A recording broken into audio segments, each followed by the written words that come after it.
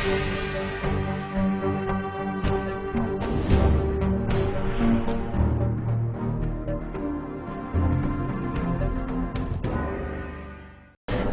Vindhya times में आपका स्वागत है और आपके साथ मैं श्रेया हाजिर हैं आज की बुलेटिन की खबरों के साथ। और हमारी पहली खबर उस वीर सपूत से जुड़ी हुई जिसने देश की रक्षा के लिए अपने प्राण न्यौछावर कर दिए।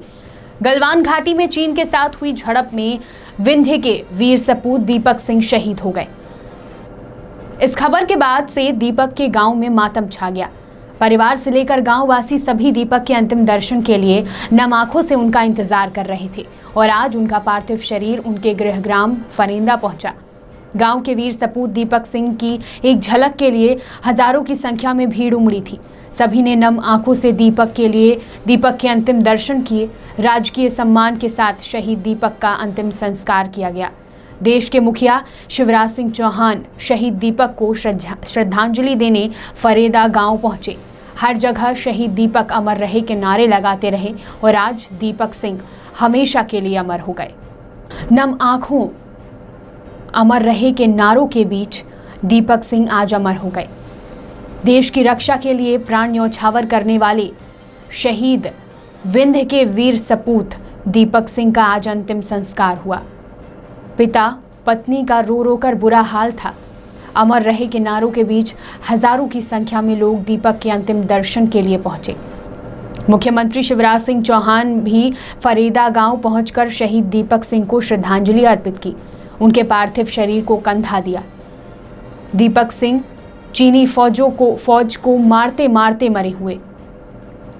आज उनका नाम उन वीरों में शामिल हो गया जिन्होंने देश की रक्षा के लिए अपनी जान की परवाह किए बिना अपने प्राण न्यौछावर कर दिए और देश की रक्षा की। दीपक सिंह भले ही चले गए पर हमारी स्मृतियों में हमेशा वह अमर रहेंगे। देश को, प्रदेश को, विंध्य के बेटे दीपक सिंह पर गर्व है। सभी ने शहीद दीपक सिंह अमर रहे किनारे लगाते हुए दीपक को अंतिम विदाई दी।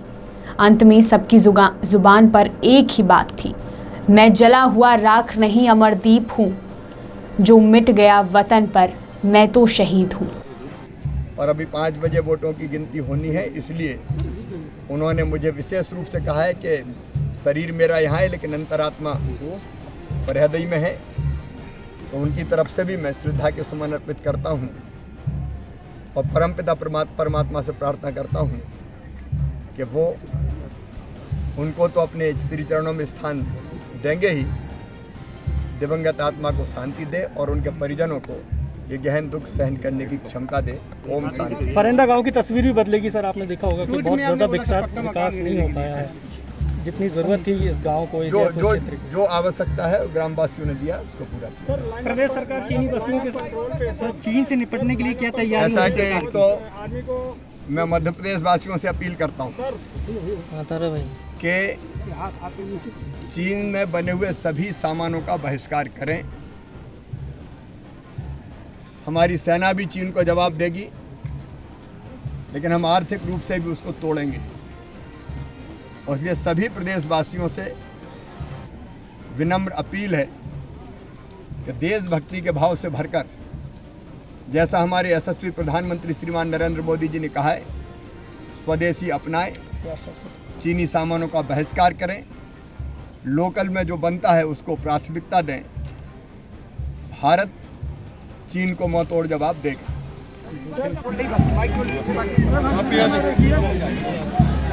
ठीक है ओके जी भाई साहब। जी सर। भैया आईडी हटाइए, थोड़ी आईडी नीचे रखना है, आईडी नीचे करिए। हो गया, यहाँ की धरती धन्य हो गई, जिला धन्य हो गया, मध्य प्रदेश और देश धन्य हो गया। इस गांव में एक ऐसे सपूत दीपक सिंह ने जन्म लिया जिन्होंने भारत माता की अखंडता और संप्रभुता की रक्षा के लिए अपना सर्वोच्च बलिदान दिया, अपना सर्वस्व न्यौछावर कर दिया।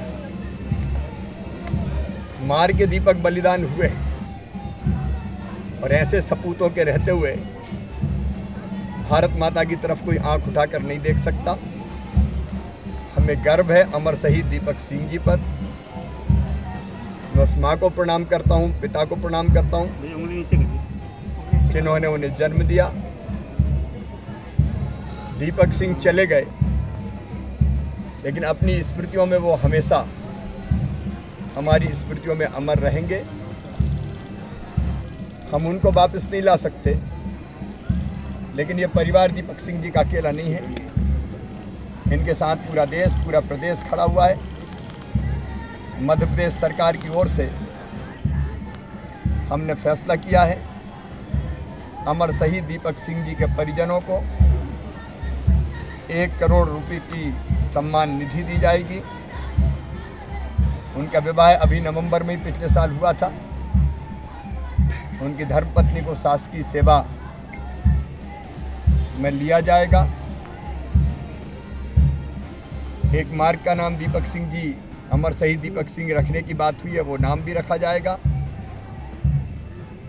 उनकी मूर्ति लगाई जाएगी। ग्रामवासियों से, परिजनों से चर्चा करने के बाद और परिजन जो भी चाहेंगे उनके नाम और स्मृति को अमर करने के लिए हम वो व्यवस्था। विंध्य क्षेत्र के दीपक सिंह जो चीनी सेना के साथ झड़प में शहीद हो गए, उन्हें श्रद्धांजलि देने के लिए मुख्यमंत्री शिवराज सिंह चौहान सहित भाजपा प्रदेश अध्यक्ष BD शर्मा रीवा पहुंचे। उस दौरान हवाई पट्टी पर मुख्यमंत्री शिवराज सिंह चौहान एवं बीजेपी अध्यक्ष BD शर्मा से भारतीय जनता पार्टी युवा मोर्चा के राष्ट्रीय मंत्री गौरव तिवारी मिलने पहुंचे और मुख्यमंत्री शिवराज सिंह चौहान का स्वागत किया। वहां से मुख्यमंत्री सीधे शहीद दीपक सिंह के गांव पहुंचे और श्रद्धांजलि भी अर्पित की।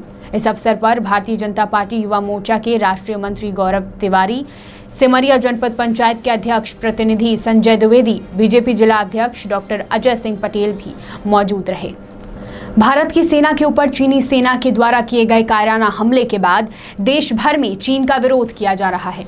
आज रीवा एवं विंध्य के लाल दीपक सिंह के पार्थिव शरीर के दर्शन के लिए हजारों लोग एकत्रित हो रहे थे, तो वहीं शहर में चीनी सामानों का विरोध देखने को मिला।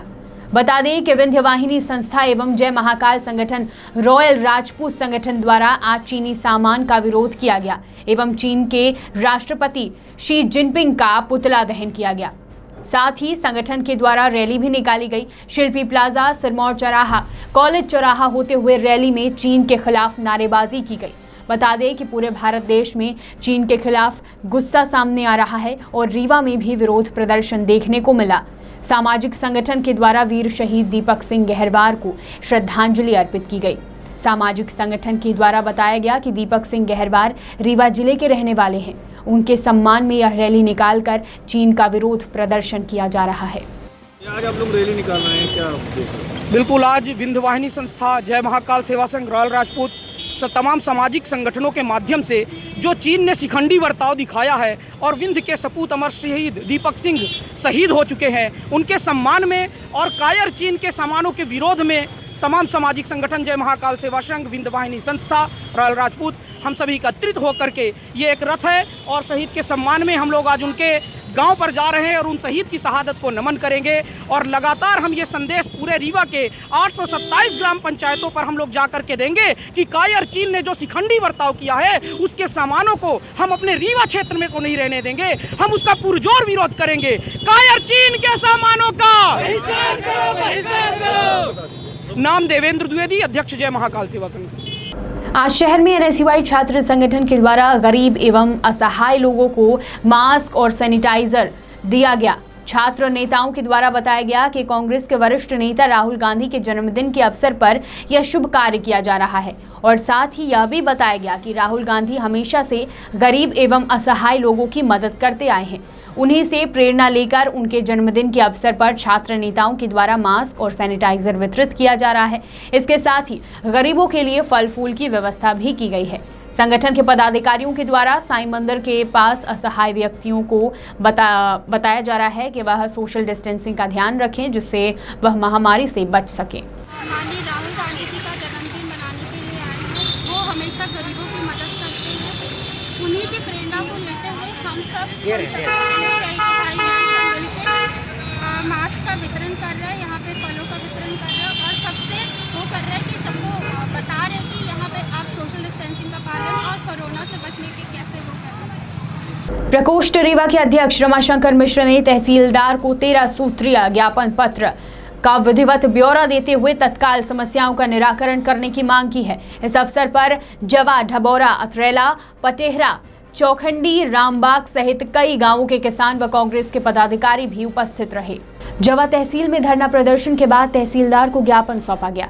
जिला सहकारिता प्रकोष्ठ के अध्यक्ष रमाशंकर मिश्र ने समस्याओं के निराकरण पर जोर दिया। रीवा जिला कांग्रेस सहकारिता प्रकोष्ठ के आह्वान पर ब्लॉक कांग्रेस सहकारिता प्रकोष्ठ जवा द्वारा किसानों की समस्याओं को लेकर तहसील कार्यालय जवा के सामने सांकेतिक धरना दिया गया और धरना के उपरांत तहसीलदार जवा को महामहिम राज्यपाल के नाम ज्ञापन सौंपकर समस्याओं के निराकरण की मांग की गई।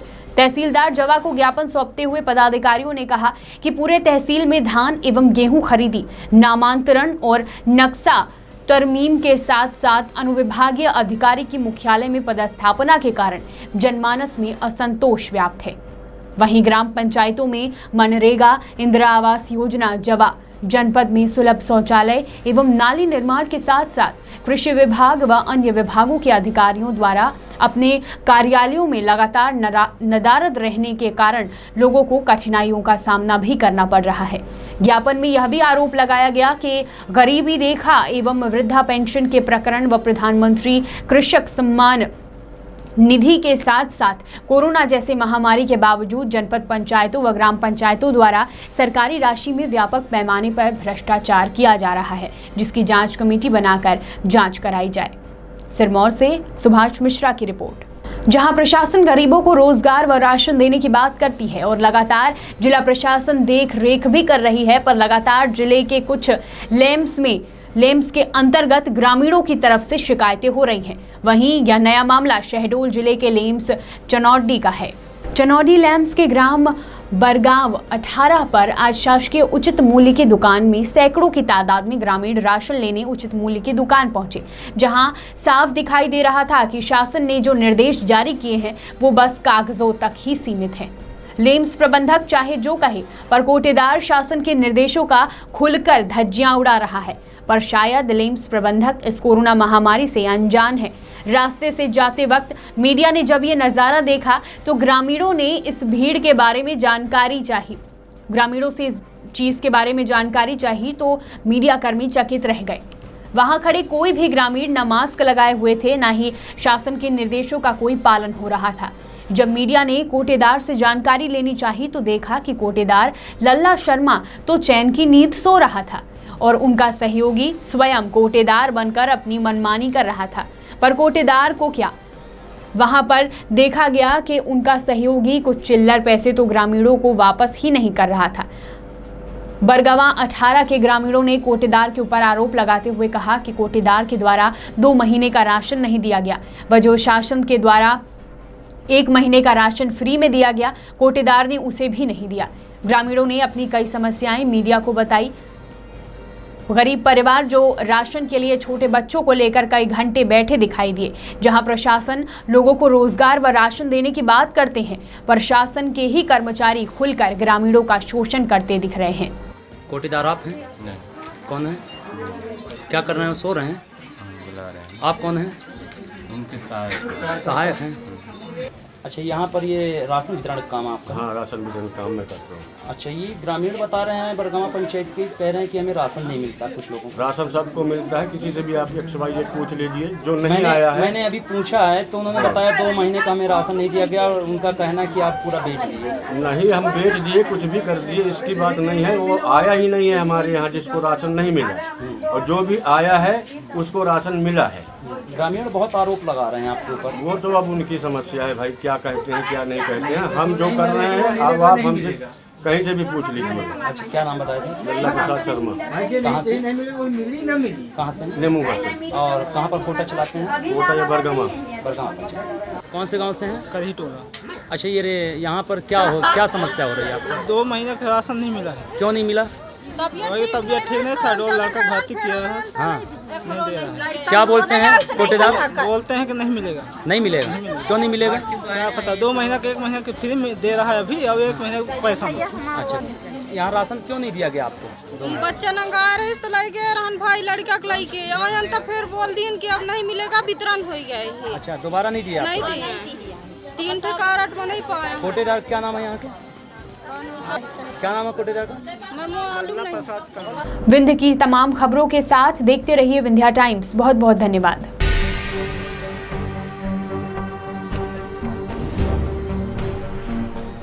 VT Bulletin sponsored by Uttam Singh Academy,